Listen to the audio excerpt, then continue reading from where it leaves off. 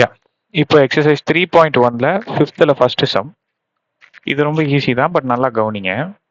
இப்போ 2 பிராக்கெட் இருக்கு இல்லையா? இதுக்கு முன்னாடி வரைக்கும் ஒரு டேர்ம் கொடுத்துருவாங்க. அதை வச்சுக்கிட்டு நம்ம மிச்சம் இருக்கிற பிராக்கெட்டை சால்வ் பண்ணோம். ஆமாவா? ஒரு நம்பர் இங்கே கொடுத்துருவாங்க, அதுக்குள்ளார இது பண்ணாங்க, ஒரு இப்படி இப்படி சால்வ் பண்ணோம் இல்லையா? இப்போ என்ன பண்ணியிருக்காங்க, 2 பிராக்கெட் கொடுத்துருக்காங்க. ஸோ இந்த மாதிரி 2 பிராக்கெட் கொடுத்துருக்கும் போது நாம அதை எப்படி சால்வ் பண்றதுன்னு பார்க்க போறோம் இந்த சம்ல. ஓகே, ஒன்றும் இல்லை, இதுவும் ஈஸி தான்.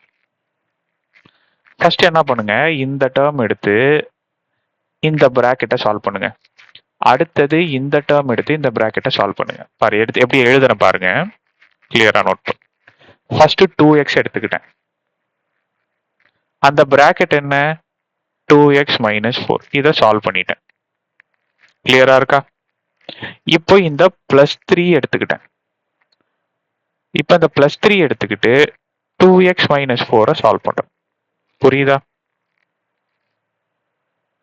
எஸ். இப்போ இந்த 2x கொண்டு போய் இந்த டேர்ம் கூடயும் இந்த டேர்ம் கூடயும், இதுக்கு முன்னாடி ஏற்கனவே பண்ணதுதான், இதுக்கு முன்னாடி சம்லயே பண்ணோம் இல்லையா? அதே மாதிரி தான். பாருங்க, இந்த 2x கொண்டு போய் இந்த 2x கூட மல்டிப்ளை பண்றேன். அடுத்தது பிளஸ் இந்த 2x கொண்டு போய் மைனஸ் 4 கூட மல்டிப்ளை பண்றேன். முடிஞ்சு போச்சா? அடுத்தது இந்த 3 கொண்டு போய் 2x கூட மல்டிப்ளை பண்றேன். அடுத்தது இந்த 3 கொண்டு போய் மைனஸ் 4 கூட மல்டிப்ளை பண்றேன். கிளியரா இருக்கா? இப்போ இங்க பாருங்க, நம்பர்ஸ் எல்லாம் ஒரு பக்கம், வேரியபிள்ஸ் எல்லாம் ஒரு பக்கம். இது இந்த டேர்முக்கு. அடுத்தது இப்போ இந்த டேர்ம் பாருங்க, நம்பர்ஸ் எல்லாம் ஒரு பக்கம், வேரியபிள்ஸ் இங்க ஒரே ஒரு வேரியபிள் தான் இருக்கு, தட் இஸ் எக்ஸ். அதை அப்படியே போட்டுக்கோங்க. அடுத்தது பிளஸ். இப்போ இந்த டேர்மை சால்வ் பண்ணுங்க. நம்பர்ஸ் என்ன, 3 into 2, வேரியபிள்ஸ் என்ன, எக்ஸ். முடிஞ்சு போச்சா? அடுத்தது இந்த பிளஸ். ஸோ அப்போ இது வந்து மைனஸ் 12. Okay, minus 12. நல்லா கவனி. இப்போ 2 2s are 4, X into X, X square. அடுத்தது பிளஸ். ஸோ இது ரெண்டும்.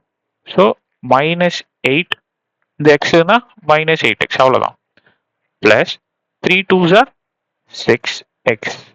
இப்போ இங்க பாரு, minus plus into minus, minus 12.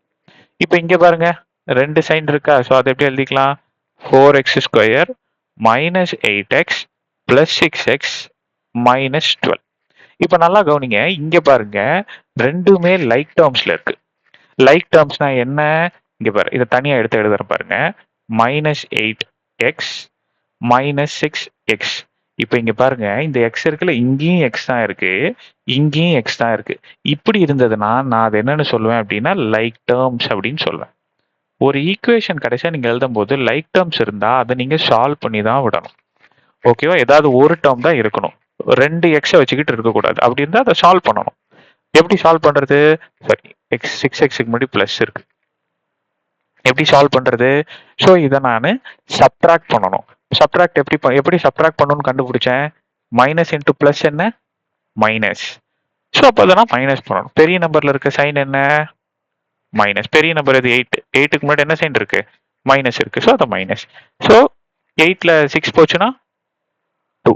Like டேர்ம்ஸுங்கிறதுனால அந்த எக்ஸ் அப்படியே போட்டுருங்க. நிறைய பேர் இது எக்ஸ் ஸ்கொயர்னு போடுவீங்க, மல்டிப்ளிகேஷன் பண்ணா தான் எக்ஸ் ஸ்கொயர், அடிஷனோ சப்ட்ராக்ஷனோ பண்ணா எக்ஸ் மட்டும் தான் வரும். சரியா? ரைட். இப்போ அதை எழுதிருங்க கடைசியா. இங்க எழுதுறேன், 4x ஸ்கொயர்.